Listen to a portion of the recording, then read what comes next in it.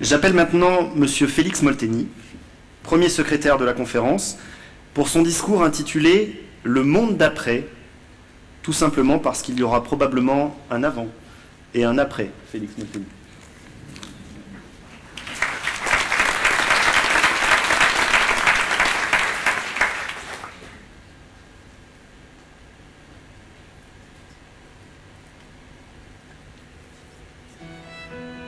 Cher Grégoire, nous sommes en 2031 et il est bien loin le temps où nous étions, toi et moi, secrétaires de la conférence. Ici, ça ne va pas fort. Le 112e variant du Covid, comme ses aïeux, ne nous fait pas de cadeau. Il est plus contagieux, plus résistant au vaccin, plus dangereux encore. Et j'ai été touché. Mais ne t'inquiète pas. Mon médecin m'a dit qu'il n'y avait pas de raison de s'en faire. Après tout, c'est une forme mineure, je n'ai que 9 tentacules pour l'instant. Quoi qu'il en soit, et tu l'auras compris, c'est compliqué de t'écrire. La météo n'est pas très réjouissante non plus. Il fait 47 degrés et on ne m'ôtera pas de l'idée que c'est un peu chaud pour un mois de janvier. Tu sais, je crois que Pierre Urmic me manque, même si notre chancelier Jordan Bardella fait de son mieux avec la crise. D'ailleurs, tu es certainement au courant, il a décidé il y a quelques mois que, n'étant pas essentiel, le cinéma, les romans et les poésies seront interdits. En temps de crise, on se concentre sur les choses qui comptent, comme l'apprentissage du combat, le maniement des armes et la construction de bâtiments solides. Alors, tous les soirs, pour trouver le sommeil, mon petit dernier, Timothée, a le choix entre les 2 livres de la maison, le mode d'emploi de la friteuse ou la biographie de Serge Dassault. Alors il s'endort vite. Mais Dieu que cet enfant est stupide. Hier soir, il m'a confié que plus tard, il voudrait être friteuse. D'ailleurs, en parlant de la friteuse, mon voisin Fredo a essayé de s'introduire chez moi pour me la voler. Fort heureusement, il a été interpellé et jugé immédiatement selon la procédure du sondage Twitter. Le hashtag Fredo la frite a cartonné et les internautes, dans leur grande sagesse, ont décidé qu'il serait enterré vivant. Soyons rassurés, la justice n'est plus aux mains des magistrats et le temps du laxisme est révolu. Le temps de Fredo aussi, malheureusement.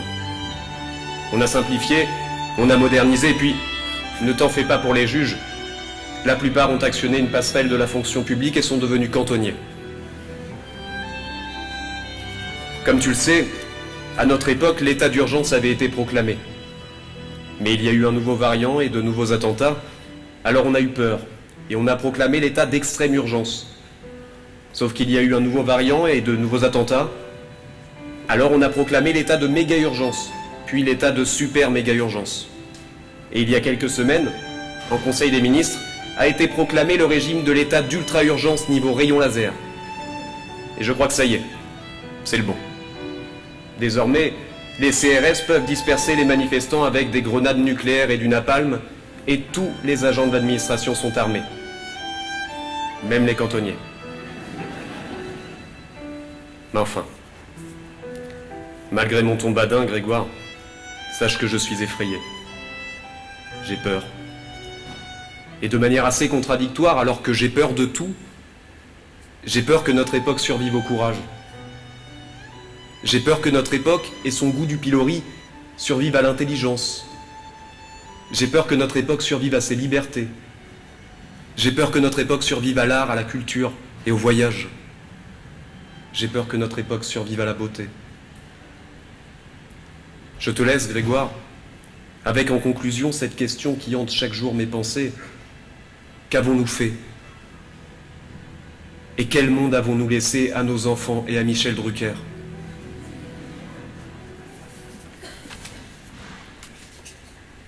Mes chers consoeurs, mes chers confrères, mesdames, messieurs, nous sommes en 2021.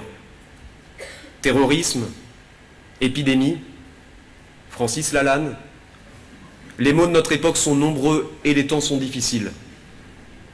Nos réactions face à eux ne rassurent pas plus que les menaces elles-mêmes, surenchère sécuritaire, multiplication des régimes d'exception, insertion de ces dispositions d'exception dans le droit commun.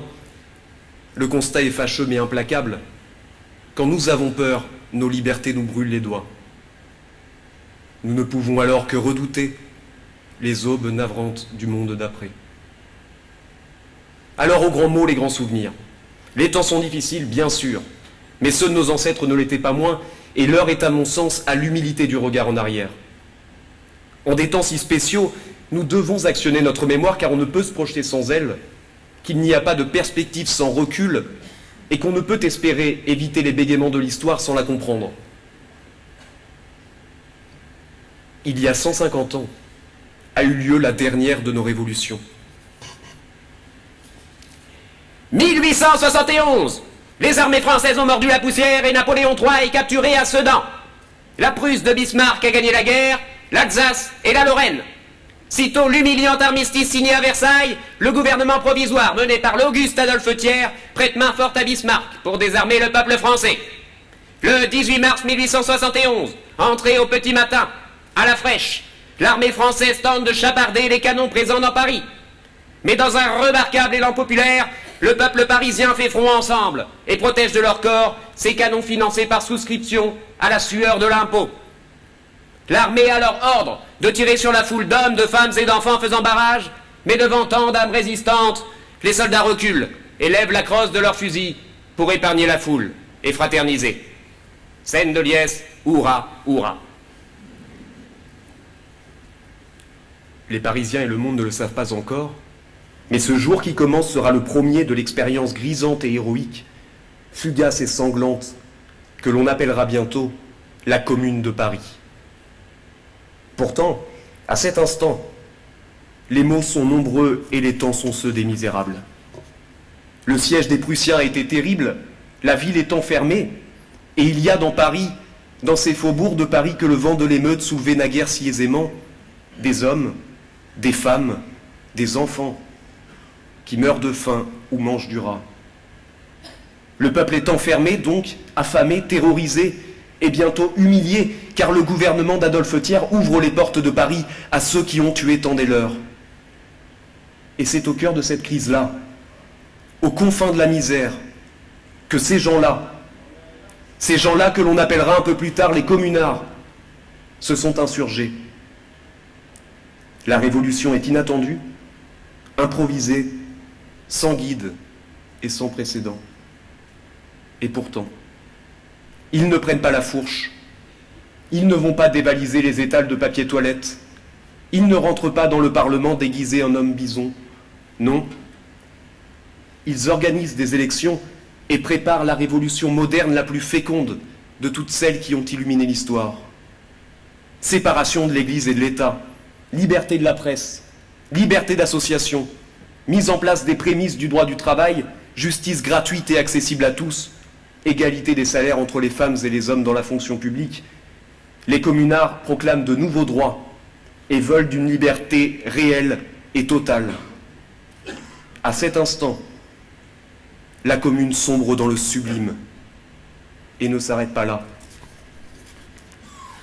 Loin de céder à l'obscurantisme des foules idiotes où l'instinct est partout et la pensée nulle part, les communards étaient intimement convaincus que la vie ne pouvait continuer que si les hommes de demain, de tous horizons, étaient instruits.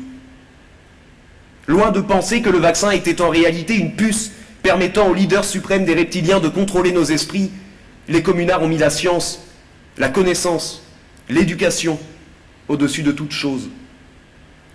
Et parce que l'école éduque à cette liberté qu'ils aiment tant, ils la rendent gratuite, laïque et obligatoire. Loin de renoncer à la culture au prétexte de temps difficiles, loin d'interdire l'accès à l'art, à Paris, les musées ouvrent à nouveau et la scène artistique est foisonnante. Gustave Courbet, Arthur Rimbaud, tous font alors l'expérience d'une liberté d'expression totale, affranchie de la tutelle de l'État. Et chaque soir, dans l'œil du cyclone, pour illuminer les ténèbres alors que le chant des carabines ennemies résonne aux portes de Paris, des grands concerts sont organisés.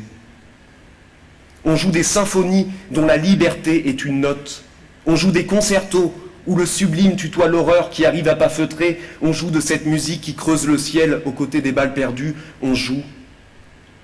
Et dans les esprits s'efface le temps d'un air de flûte, la promesse du bain de sang. On joue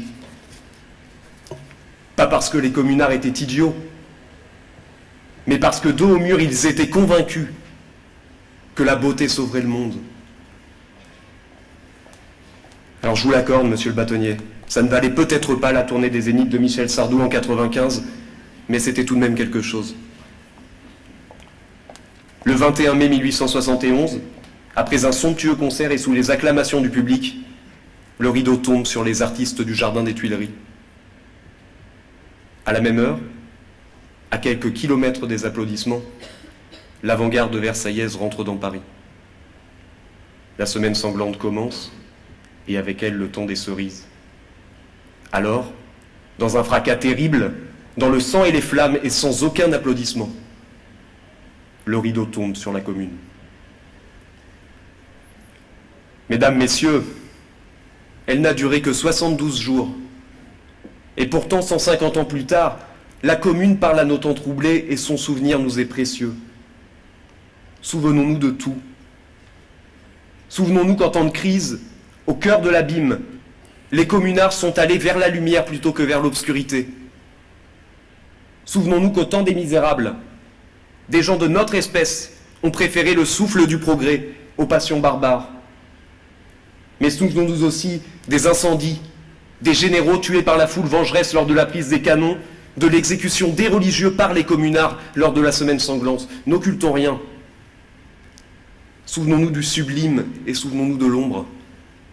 Souvenons-nous des épines et souvenons-nous des roses. Mais souvenons-nous. Et en contemplant ce souvenir, gardons-nous d'être rassurés pour le monde d'après. Car ce souvenir nous interpelle vertement. Il fut un temps loin d'être béni, où une foule d'anonymes risquait le plomb pour une liberté qu'ils ne possédaient guère.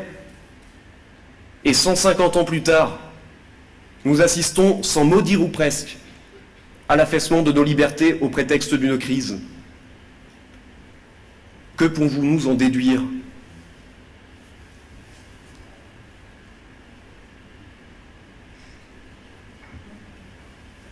Merci, monsieur le bâtonnier. Parce que on peut ne pas être d'accord avec le projet de la Commune. On peut trouver la démocratie trop directe et le fonctionnement trop décentralisé. On peut voir dans l'horizontalité la mère de bien des maux. Mais on doit reconnaître aux communards qu'ils étaient au rendez-vous de l'essentiel, au chevet de ce qui compte, de cette liberté qu'ils ne possédaient guère mais qu'ils ont aimée jusque dans leur tombe. Celle-là même dont ils rêvaient le jour en mangeant du rat et la nuit en risquant le plomb. Cette liberté qu'ils aimaient à tel point qu'ils sont, pour paraphraser Pascal, tombés pour elle. Ce n'est donc pas tant l'héritage idéologique de la Commune qui parle à notre temps. La Commune nous interpelle parce qu'elle photographie cet amour de la liberté que nous n'avons plus guère. Car aussi inconfortable que soit le constat, dans une démocratie comme la nôtre, où l'on élit tous les 5 ans un président et un parlement au suffrage universel direct, l'affaissement de nos libertés ne peut pas être le seul fait du prince. Dans une société de marché, l'offre sécuritaire et liberticide répond nécessairement à une demande. Il y a, je crois, de ces prisons où l'on s'enchaîne volontiers. Georges Bernanos écrivait au crépuscule de sa vie « On n'attend pas l'avenir comme on attend un train. » Et si je suis intimement persuadé, en contemplant nos grands souvenirs, que le monde d'après peut être merveilleux, ce ne sera qu'au terme d'un engagement constant, contre nous-mêmes, contre le primat de l'émotion, contre la peur et ses emportements, pour ma liberté, mais aussi celle du voisin, fût-il ignorant ou violent, fût-ce au prix du désordre, car sans la sienne, ma liberté ne vaut rien. Mesdames, Messieurs, la liberté est une chose infiniment belle, mais la beauté est une chose infiniment fragile. N'oublions jamais que la liberté est à l'origine le triomphe de la raison et que les temps sont toujours difficiles pour ceux qui ne l'aiment pas. Défendre la liberté, l'aimer comme on le doit, présuppose de ne la considérer jamais comme un acquis immuable, mais comme une valeur perpétuellement menacée. C'est à ce prix-là, et seulement à ce prix-là, que nous substituerons aux aubes navrantes du monde d'après la promesse de lendemain qui chante. Cher Grégoire, nous sommes en 2031 et il est bien loin le temps où nous étions, toi et moi, secrétaires de la conférence. Ici, c'est particulier. Emmanuel Macron a été capturé à Sedan. En réaction, le gouvernement provisoire tente de faire passer un nouveau régime d'exception. Mais nos libertés valent mieux que cela, et nous n'en céderons pas un centimètre. L'image est saisissante, tu sais. Alors que l'aube se lève sur Bordeaux et que le tocsin sonne à toute volée, une foule d'hommes, de femmes et d'enfants se précipite aux abords du Grand Théâtre pour ériger une barricade. Les Bordelais et le monde ne le savent pas encore, mais ce jour qui commence sera le premier de l'expérience grisante et héroïque, pérenne et pacifique, que l'on appellera bientôt la commune de Bordeaux. En haut de la barricade se trouve notre bâtonnier. Comme à son habitude, il a le torse bombé et les muscles saillants. À sa droite se trouve notre maire, Pierre Urmic. Il tient au creux de ses bras une créature étrange. C'est adorable, c'est un bébé sapin. Il est en sécurité désormais. Je vois le petit Timothée. Accroupi sur la barricade, il lit Victor Hugo. Je suis fier de lui, tu sais, même si le livre est à l'envers. En contrebas se trouvent deux procureurs. Ils conversent. Chantal, quelle est cette odeur délicieuse? Je crois que c'est l'indépendance, Philippe, et j'adore ça. Au pied de la barricade se trouve un punk à chien. Ses cheveux, dans un immense amas de saleté et de boue, forment ce qu'il appelle des dreadlocks. C'est exotique. Il fait du djembé. Malheureusement, le son du djembé attire la cohorte de gardiens de la paix qui chargent immédiatement la barricade. Quand subitement, à quelques mètres de l'impact, le regard du chef de la police croise celui du punk à chien. Alors, dans un instant suspendu, la matraque tombe, le djembé aussi, et ils s'embrassent à pleine bouche sous les au-delà de la foule. Oh, Grégoire, si tu savais comme on a tapé fort dans nos tentacules. La nuit a été longue, trop longue, mais souviens-toi, l'heure la plus sombre est celle qui précède l'aurore. Je t'en fais la promesse, le monde d'après sera merveilleux. Le grand théâtre triomphant voit s'entasser la foule brune. Bordeaux, joyeuse comme un enfant, y vient proclamer la commune.